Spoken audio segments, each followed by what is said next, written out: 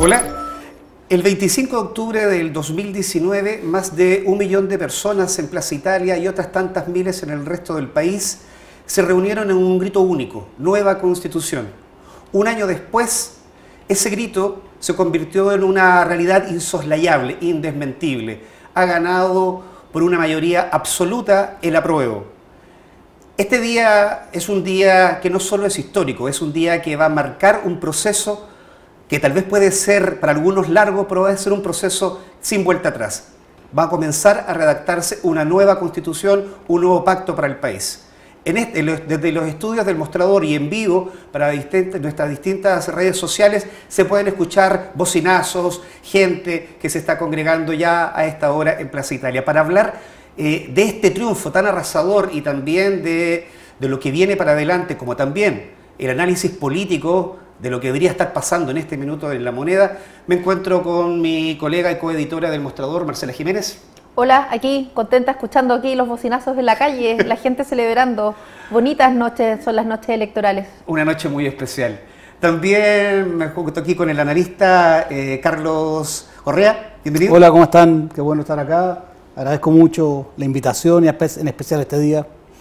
No alcancé a cambiarme, pero bueno, no importa. Nah, pero es que de eso se trata. De eso se trata. Público entenderá que Exactamente. Y también nos encontramos con el analista Hassan Akram. Bienvenido.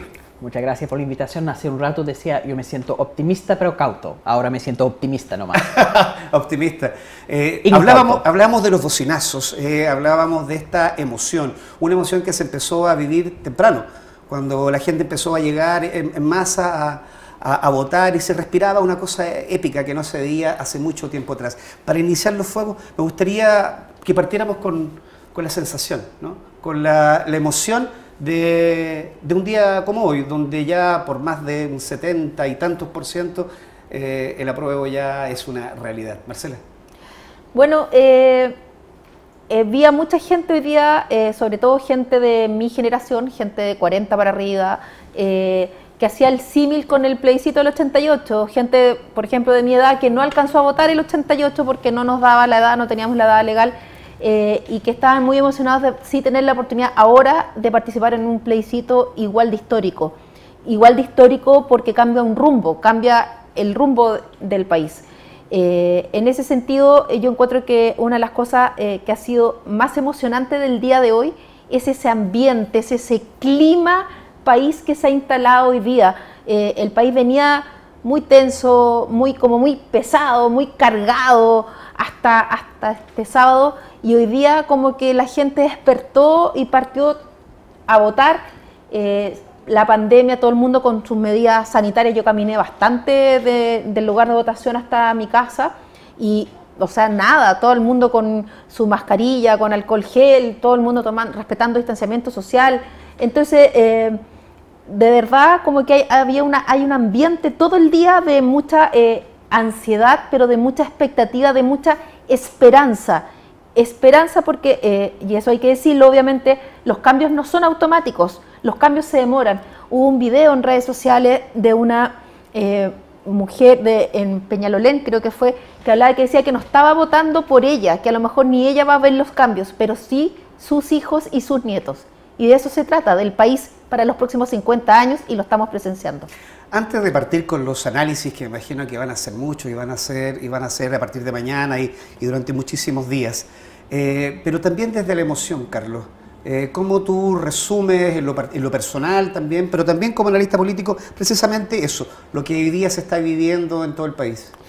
O sea, la gente, algo que decía la MAE, si la gente compara esto con el plebiscito del 88 es porque no es una elección cualquiera, es un cambio de un sistema político, y de la misma manera que sentían, aunque no hay comparaciones, ya más mucho menos yo puedo sentir comparaciones, yo viví por razones forzosas fuera de Chile durante la dictadura, pero de todas maneras el sistema, la gente sentía que el sistema político actual no respondía a lo que los chilenos efectivamente quieren y necesitan. Había una especie de sensación de ahogo en el sistema político. A mí me parece, independiente que los números todavía no están firmes, pero al menos tenemos claro que la tendencia a la baja en los votantes se revirtió, y eso es por algo. eso es por algo, porque efectivamente la gente quiere un cambio profundo y fundamental del sistema político y antes había dejado participar porque sentía que no lo representaba en sus vidas. Eso que es un hecho tan simple ha sido súper enredado para explicar en todo este tiempo que ha pasado y es la razón. Y yo creo que la emoción de las personas de sentir que con su voto iban a poder construir un país nuevo era algo que yo no había visto en Chile. Yo llegué después del 88, no había visto nunca en ninguna elección, porque la gente sentía que la elección era, la lógica era, voy a votar, listo, pero mañana hay que trabajar igual. Ese sentimiento de desgano con la política hoy día no está. Lo que vemos en las pantallas, lo que vemos en las personas, lo que vemos en ustedes, nosotros, es una especie de optimismo que vamos a construir un país mejor. Y por tanto yo creo que es posible. Yo no temo a las expectativas, creo que es posible hacerlo. Creo que es posible efectivamente que encontremos un camino para que tengamos un país más inclusivo y por tanto un país que efectivamente pueda avanzar, porque a la larga todo este marasmo político en el que estábamos atrapados también nos tenía estancados como país. Comienza a redactarse, se va a comenzar a redactar una nueva constitución.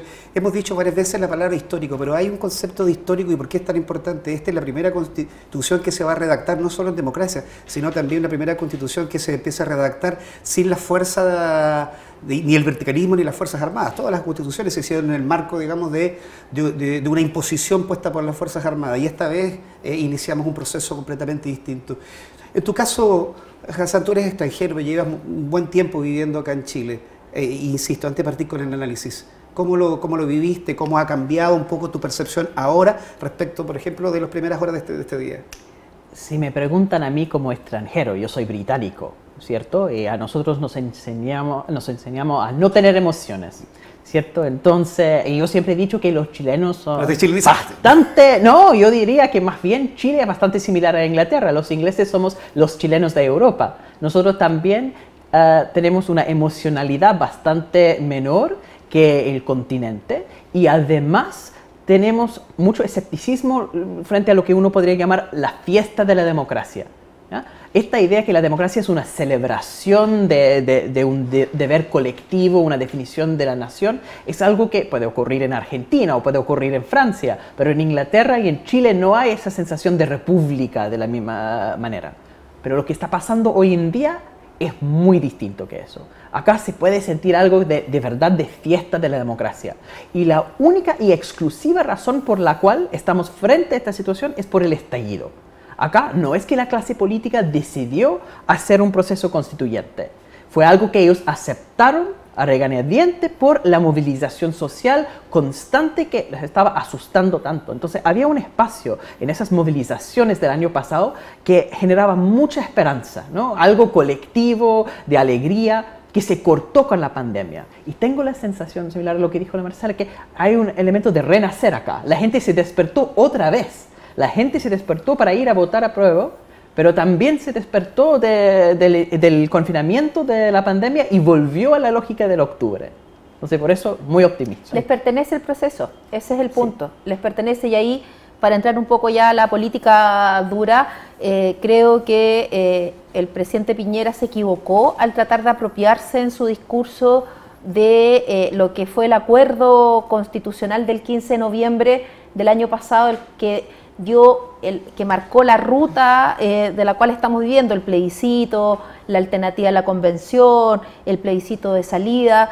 Yo creo que ahí el presidente se equivoca porque efectivamente todo se ha hablado durante un año de cómo todo este proceso se generó en un carril totalmente distinto, de que la moneda fue un mero espectador, que el presidente fue un mero espectador, los protagonistas del acuerdo, incluso que fue la clase política efectivamente para tratar de canalizar todo lo que estaba pasando en el país en esta olla a presión que explotó el 18 de octubre y que explotó por la inequidad, por la desigualdad acumulada, por un sistema que tenía abandonada y que tiene abandonado a muchos de los chilenos, un Estado que no los protege.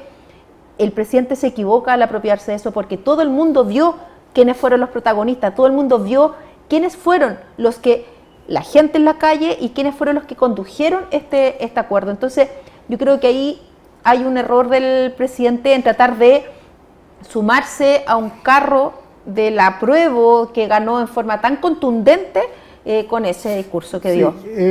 Primera cosa más, hay una contradicción en sus hechos, en lo que dijo hoy con otras cosas que ha dicho él mismo. Él dice el 12 de noviembre propuse, ocupó el verbo, todo lo comentamos. Lo escuchamos. Y de hecho las otras declaraciones de él hablan y todo lo trascendido que uno puede leer en La Tercera o en el Mercurio, más bien tratan de que la contienda fue esa misma noche y que la discusión era si efectivamente el presidente llamaba nuevamente a los militares o cedía un acuerdo y que en una votación dividida dentro del entorno de él votaron por el acuerdo y que el presidente no era de los más convencidos.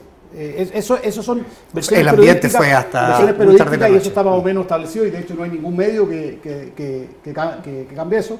Por tanto, pero tengo la sensación que lo que diga el presidente, con todo el respeto por la figura presidencial, a la gente no le importa mucho. O sea, que él puede decir, mira, ¿sabe qué? A mí se me ocurrió escribir la nueva Constitución, incluso puede decir, yo voté a prueba y a la gente le da lo mismo. Va a provocar irritación en la derecha, que después de estos números queda muy golpeada la derecha con esto, pero no solo la derecha, sino que también la centroizquierda también queda bien golpeada. O sea, en Chile cambiar la Constitución era casi una mala palabra. Una vez Camilo Escalona dijo que era como fumar opio.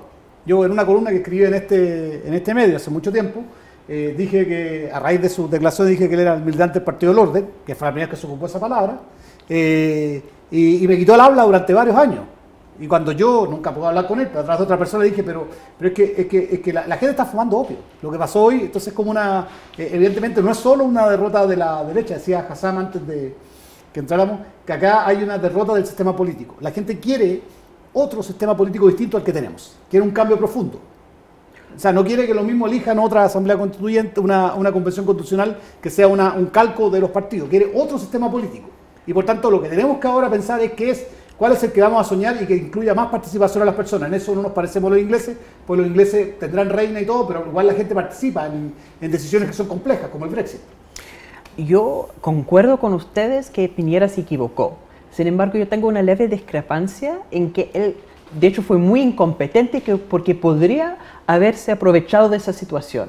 Porque no era el pueblo o la gente movilizada los protagonistas del acuerdo del año pasado. De hecho, yo me acuerdo que hubo mucha desconfianza frente al acuerdo y sacaron varias encuestas que decían que entre la gente movilizada la actitud frente al acuerdo fue mitimota, efectivamente. No había un tremendo apoyo para el acuerdo. Más bien veían a estos un intento de la clase política de quitar protagonismo a la calle.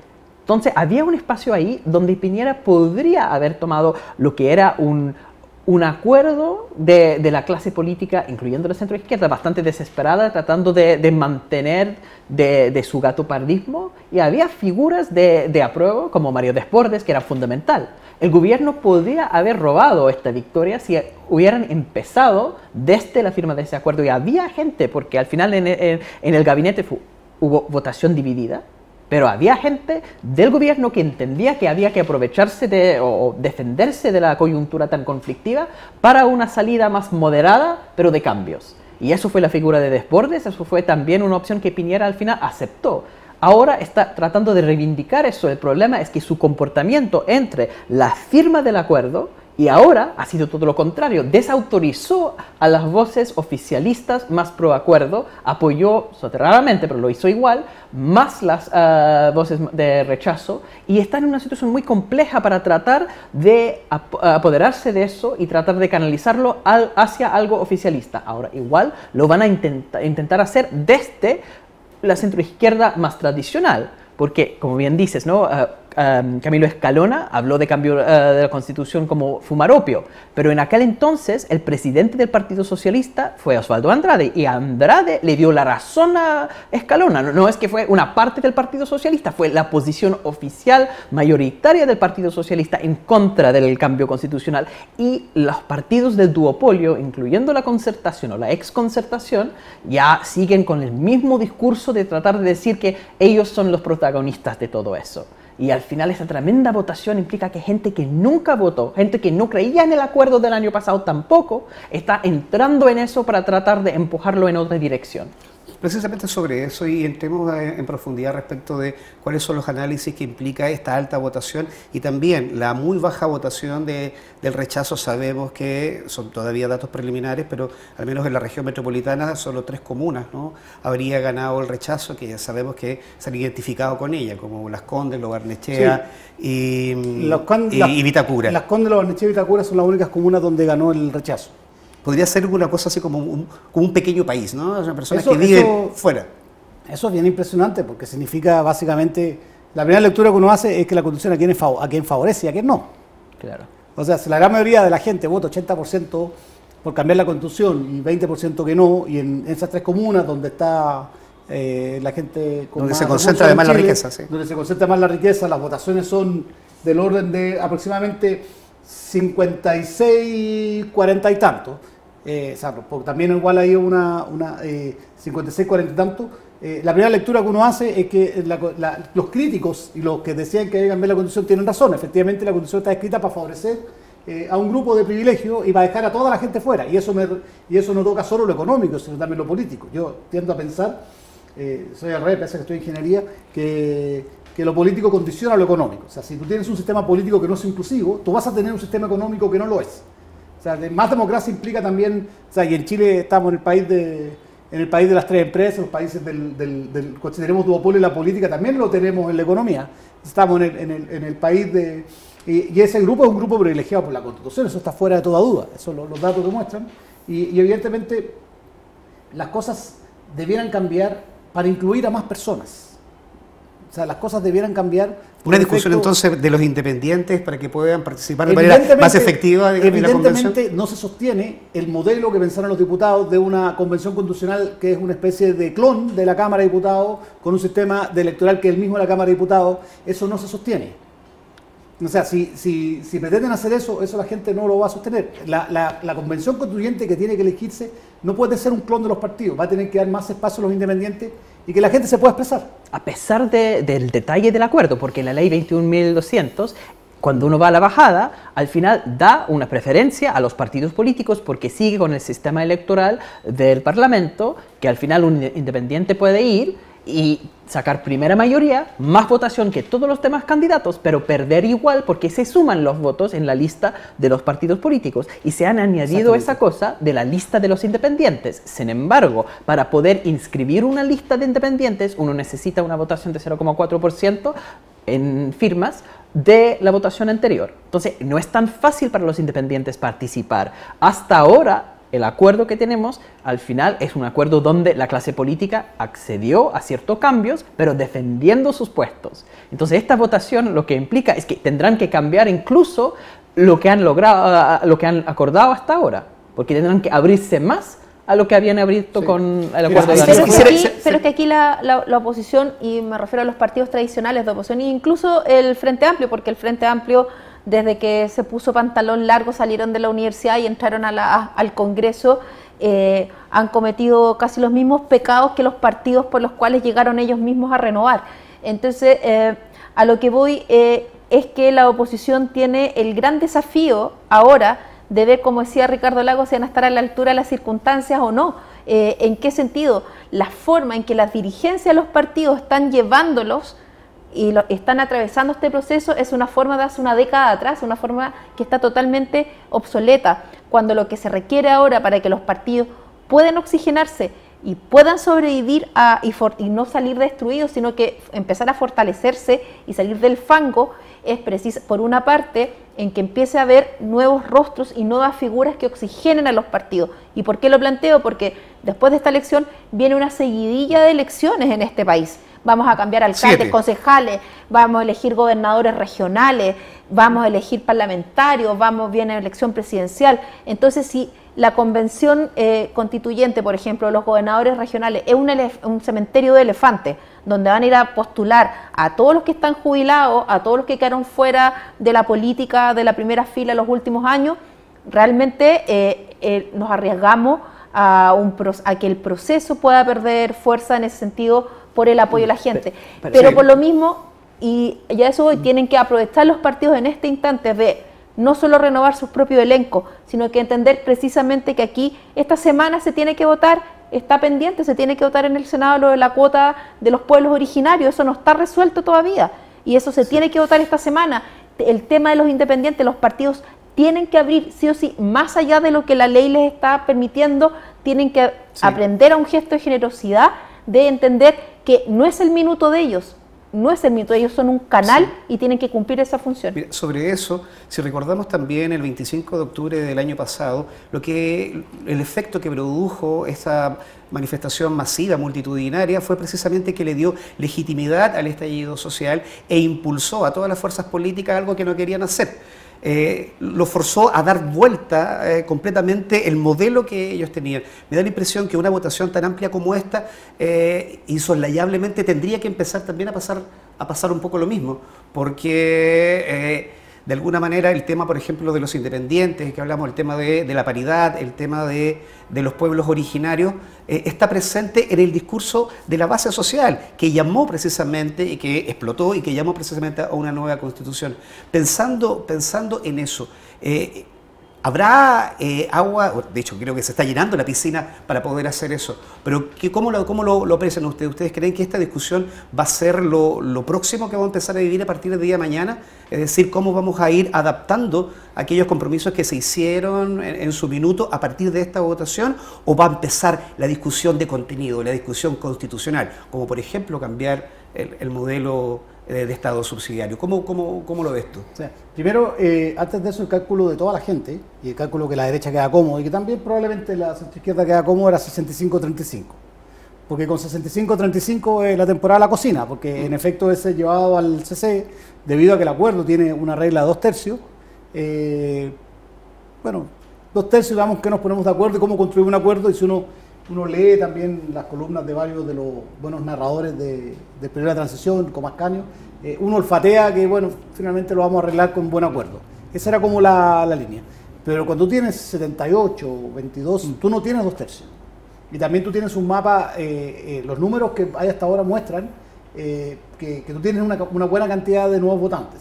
O sea, de todas maneras, o sea, en Las Condes que tenga 43% significa que gente joven de ahí no quiere vivirla, entiende que efectivamente, como dijo la Cecilia Morel, que parece que es la única que leyó correctamente esto, hay que empezar a dejar a renunciar a ciertos privilegios. Y por tanto tú tienes un mapa que no es el mapa del consenso chileno, que hasta ahora existía y que era el 52-48 que teníamos en Chile, producto del plebiscito, y en el cual se negociaba y se cocinaba. Tú tienes un mapa que tú no conoces, tienes una cantidad de electores que tú no sabes quiénes son, y por tanto la cocina tradicional chilena no resiste, porque la cantidad de gente que votó... Hay que jubilar la cocina. O sea, se jubila la cocina, tienes que jubilar la cerrarla.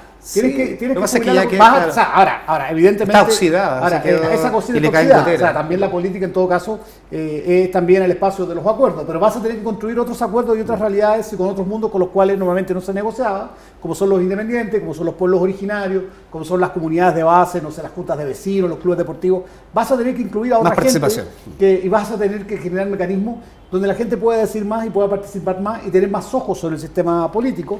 Y evidentemente... También la política también consiste en acordar, o sea, no es tampoco una olla de grillo, pero vas a tener que construir otros acuerdos más allá de la tradicional cocina binominal que teníamos en Chile.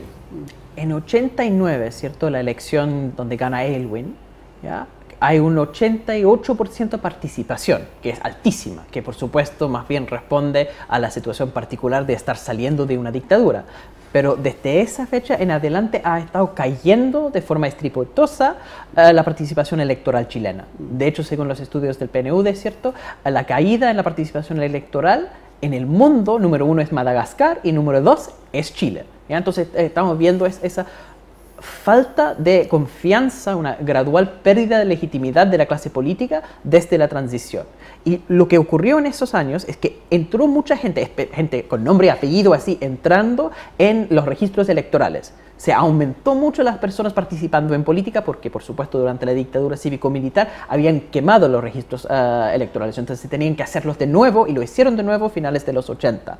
Pero desde ese momento se congelan y no entra nueva gente en la política, efectivamente. Y lo que estamos viendo ahora, y por eso es tan histórico este momento, es nueva gente votando, gente que nunca ha votado antes y no votaría en situación normal porque ven la política, como ellos lo vieron cuando estaban en el colegio o en la universidad, como algo de otros, de otra generación, de una cocina que excluye a ellos. Ahora están participando porque creen que pueden cambiar y tener algo que es propio.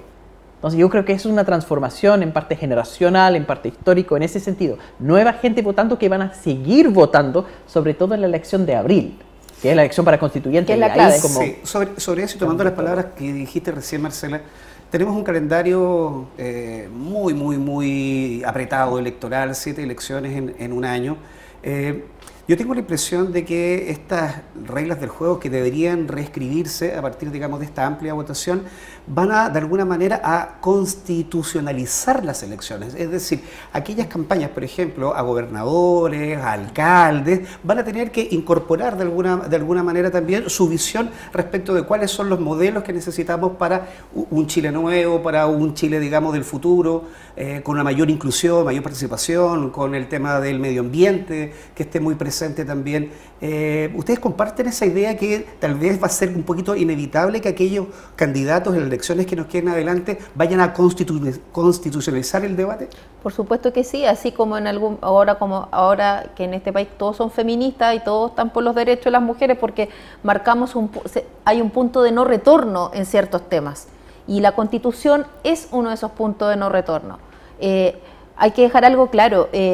Con un 70%, con más de un 70% de este país diciendo que quiere cambiar la Constitución, o sea, no es que el 70% de este país sea de centroizquierda o de izquierda, o sea, aquí hay un sector importante del electorado de derecha que comparte y dice, es cierto, este sistema no funciona, esto está obsoleto. O sea, esto demuestra, por ejemplo, que Desbordes no está tan perdido ni tan equivocado dentro de su propio mundo de la, por el contrario, de la derecha. Entonces, ¿a qué voy? Que efectivamente la Constitución va a ser, y qué tipo de Constitución, sí va a ser un tema fundamental de las elecciones que vienen.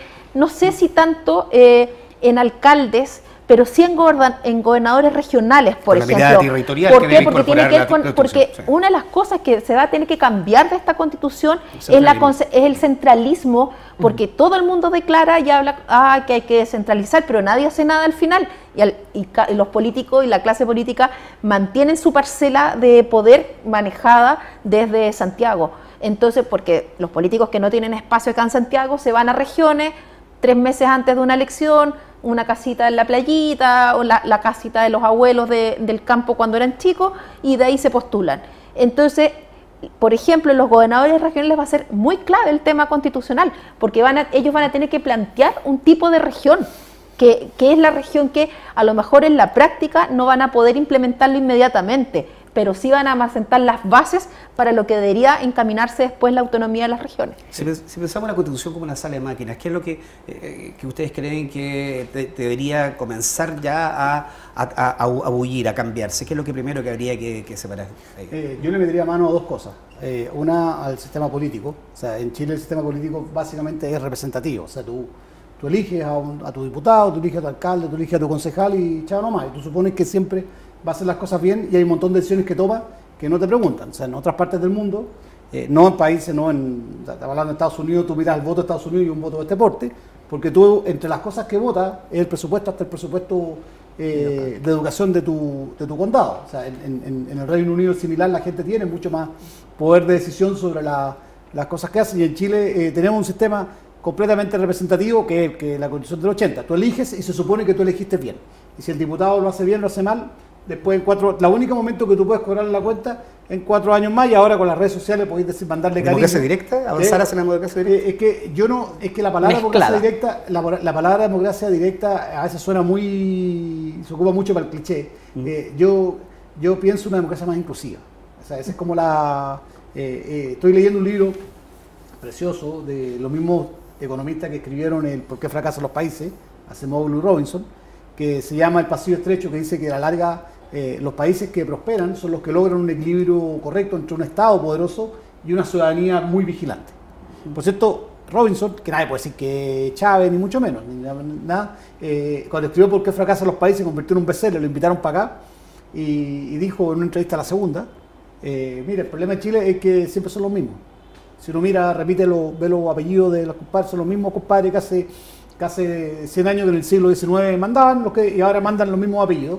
Y mientras la sociedad chilena, él se refería a lo económico, pero en lo político es lo mismo, no hay inclusión, no sean los capaces, no entra otra gente, el país va a estar siempre en la mediocridad, va a ser un país siempre al borde del desarrollo.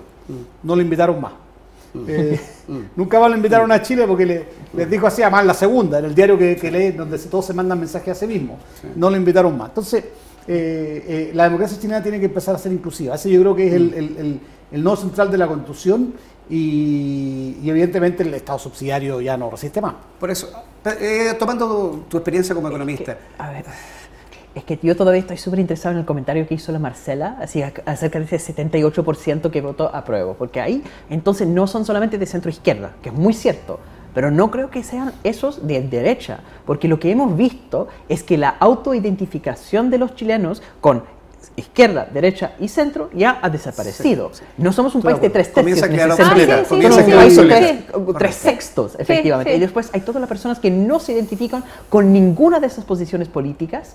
Entonces, tremenda incógnita. ¿Quiénes son esas personas? Sí, no, yo lo decía en relación a que si uno ve las votaciones, los votantes, con lo que fue la última elección presidencial, en las últimas parlamentarias, o sea, objetivamente la derecha en este país no es el 20%.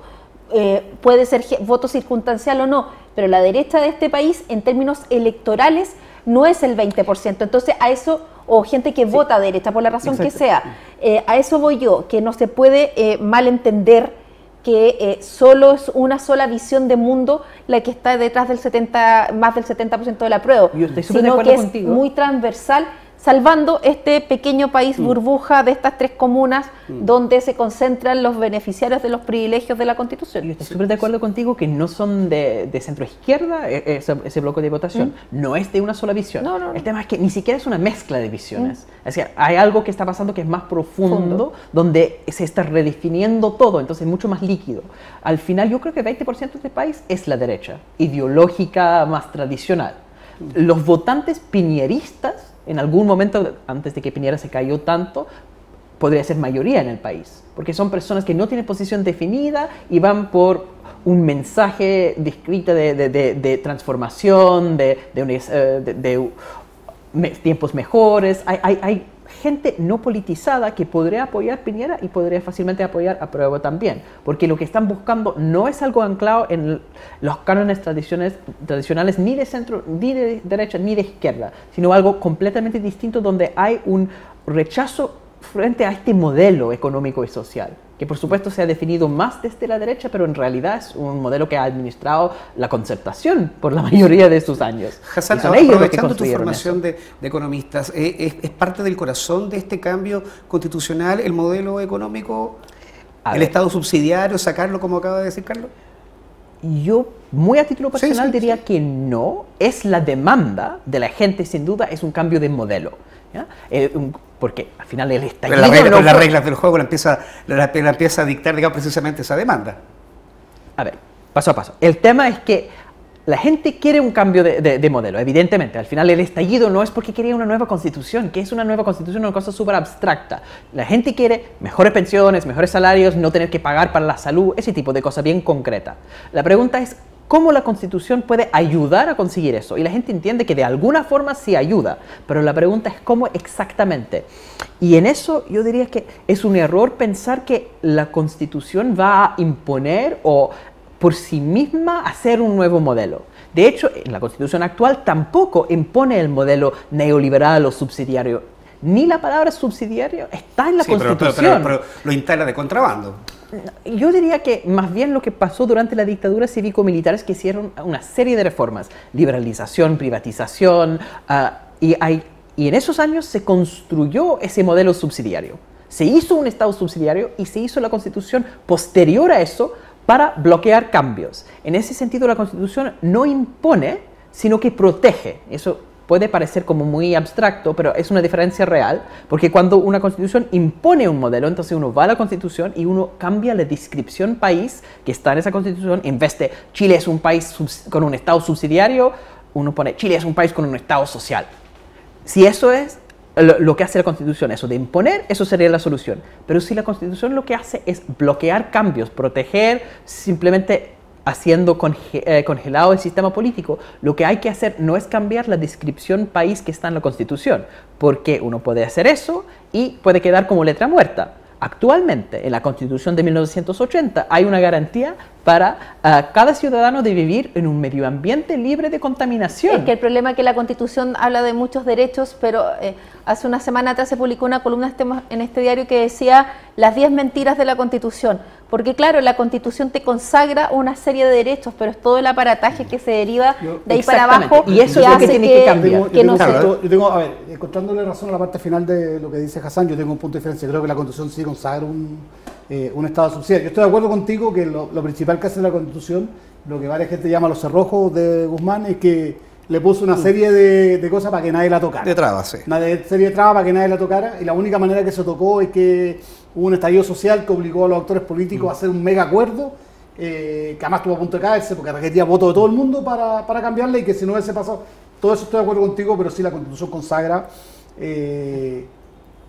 cosas que son, o sea, genera una serie, tú en el papel una serie de derechos, pero por ejemplo la Constitución en un uso de artículos, yo no soy abogado, pero lo he leído hartas veces, le da al Estado un papel secundario en materia económica. O sea, porque efectivamente reconoce una cierta importancia, un cierto valor supremo de la propiedad privada. Eso efectivamente lo hace, pero también tengo otro punto de diferencia. Yo tengo la sensación, nuevamente mirando la votación, que la gente sí sintió que la Constitución era algo que había que cambiar. Ah, sí, sin duda. Y de hecho mucha gente, incluso si leese toda la Constitución, porque varias gente del rechazo, yo lo veía en redes sociales, decía, ¿qué? ¿Usted cómo va a votar a prueba? ¿Qué Constitución se van a escribir si usted ni siquiera se la ha leído? O sea, la típica cosa así como pensar que la gente, sí, como la gente es tonta, de las tres comunas aquella, y cree que la gente es tonta. Pero la Constitución en sí, lo que la hacía sospechosa, era su legitimidad espuria. O sea, en Chile había una Constitución, la del año 25, que tenía sus cosas, pero era más o menos democrática y todo el sistema la aceptaba y a la gente le parecía razonable. Cuando fue el golpe de Estado, la Constitución del 25, teóricamente Pinochet dio un golpe de Estado porque Allende violaba la Constitución del 25. Eso fue lo que dijo, claro. Lo que dijeron, que él no respetaba la Constitución, y no la repusieron, sino que lo que hicieron fue que pusieron otra Constitución a la mala. Y ese origen pecaminoso de la Constitución a la gente yo creo que finalmente le irritaba. Sí, no y se por sienten eso, propios. con todo respeto, porque en la masa que yo soy un gran admirador del presidente Lagos, la firma del 2005 fue una farsa. Pero lo fue siempre y se dijo siempre que fue así. Pues Sí. lo que pasa es que fue el precio. Yo creo que él mismo ahora lo ha reconocido. Sí, lo ha reconocido muchas veces. Lo que pasa es que la firma de Lagos del 2005, primero que nada, nunca obviamente pudo borrar lo que es el origen espurio de la Constitución del 80, no solo en dictadura, sino que además en un plebiscito que fue una vergüenza absoluta, pero también fue el precio a pagar para eliminar los senadores designados. Y eso fue así, o sea, fue el precio que se pagó para eliminar recién el año 2005, o sea, eso 15 años después de que había regresado la democracia, recién 15 años después se logró eliminar. O sea, aquí efectivamente se avanzó y se lograron cosas durante muchos años, hay una serie de elementos, pero se avanzó a paso de tortuga, de verdad, en los aspectos que eran, como dices tú, los cerrojos que dejó Jaime Guzmán. Y bueno, por eso se habla de 30 años. Y como se demoró tanto, si Lagos hubiera dicho eso, yo estoy haciendo lo más posible, pero no he podido con los temas, eso sería una buena justificación. El problema es que Lagos celebró su constitución, dijo que estaba resolviendo. Nunca tuvo la humildad de reconocer lo que hizo. Ese fue el problema de toda la transición completa, porque Elwin fue en la medida de lo posible, la justicia en la medida de lo posible. Pero Elwin hizo mucho más que Lagos, que es curioso, que Elwin tenía menos poder y hizo más cambios. Yo quisiera invitarlos a dar un paso más en la conversación. Eso no necesariamente...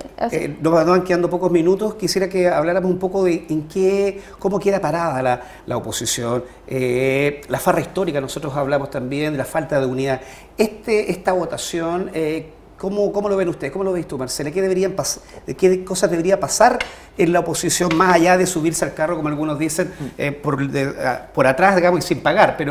Pero ¿qué debería empezar a pasar en este minuto? O sea, deberían sentarse esta semana misma a tratar de lograr llegar a todo reventar con 2 listas de candidatos para la Convención Constitucional. Máximo 2 listas. Una sería la ideal y una donde hubiera mucho independiente además. abrirle espacio en esas listas a los independientes. Eso pasa por reformar, digamos, ya los Pero- cerrojos que se armaron. Pero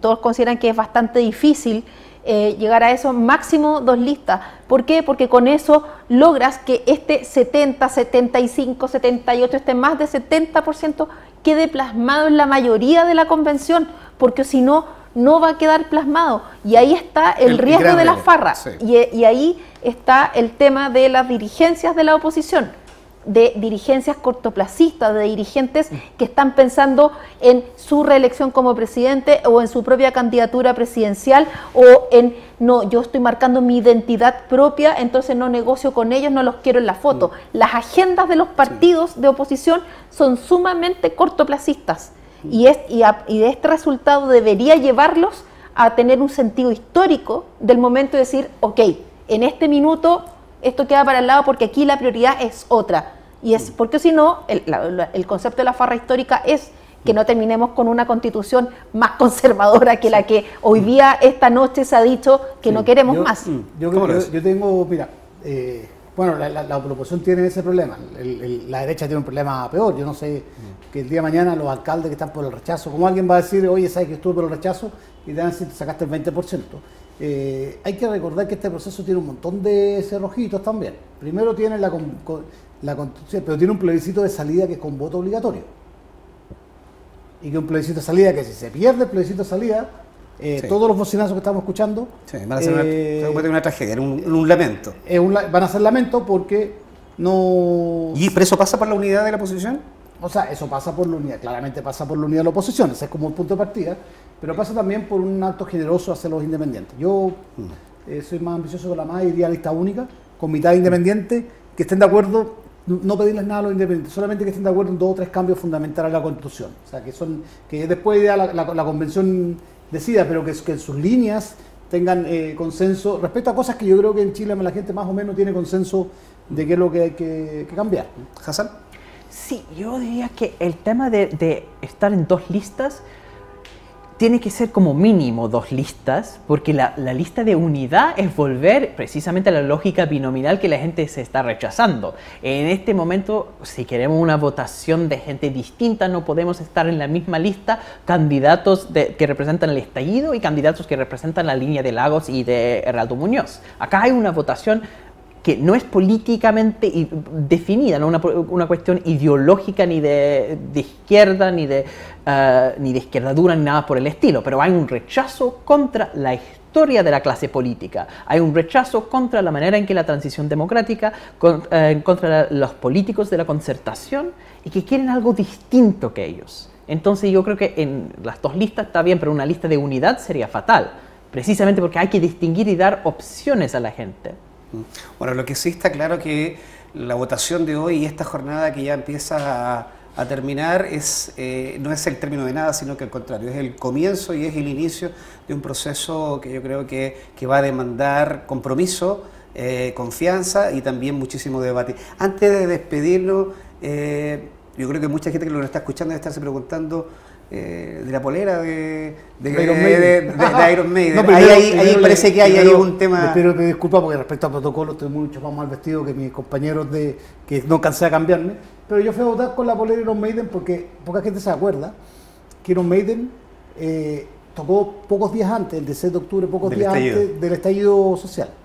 Y además poca gente se acuerda que yo tenía pensado ir a ver a Iron Maiden en el año 98, que era la primera vez que venía. O sea, Iron Maiden había tratado de venir 2 veces antes a Chile. Cuando la iglesia no fue solo la iglesia, sino fue un funcionario de gobierno que dijo que eran satánicos y por ahí se armó la tole y no pudieron entrar. Y la segunda vez cuando vinieron, yo incluso ya había juntado la plata, toman preso a Pinochet y el gobierno inglés le dice, sabe que no vayan a Chile porque allá los ingleses no son queridos en la época que... Bueno, recordemos que eso fue un 16 de octubre, ¿no? La Marcela también recuerda esa fecha sí, pues yo estaba imborrablemente. Yo estaba en Londres cubriendo Sí. Estaba en Portugal y me tuve que ir a Londres. Sí. Octubre siempre le trae cosas interesantes a este país. También el mismo 16 de octubre, o sea, Iron Maiden tocó el 15 de octubre. Del 18 de octubre fue el estallido. O sea, era como la venganza, porque el 16 de octubre fue cuando metieron preso a Pinochet. Entonces creo que Iron Maiden, aprovechando que Hassan es británico, Iron Maiden está unido a la historia de los cambios en Chile. O sea, no es una cuestión personal, y por eso me fui a votar con la polera de Iron Maiden. Bueno, a mí me gusta mucho. Así. bueno, junto con Roger Waters de Pink Floyd, que también dio un video a favor de la prueba. Bueno, ahora sí, Sí. últimamente. Bueno, yo quisiera agradecer en esta conversación, no cabe la menor duda que vamos a tener con la Marcela muchas más semanas políticas para seguir hablando de esto, porque vuelvo a partir que con esta alta votación se inicia un proceso que sin duda va a cambiar la cara de Chile. Gracias, Carlos, por habernos acompañado, lo Gracias, mismo Hassan. Marcela, nosotros seguimos trabajando, todavía hay que Seguimos. seguir informando. Y bueno, y nos vemos en una próxima edición de la Semana Política. Vale, chao.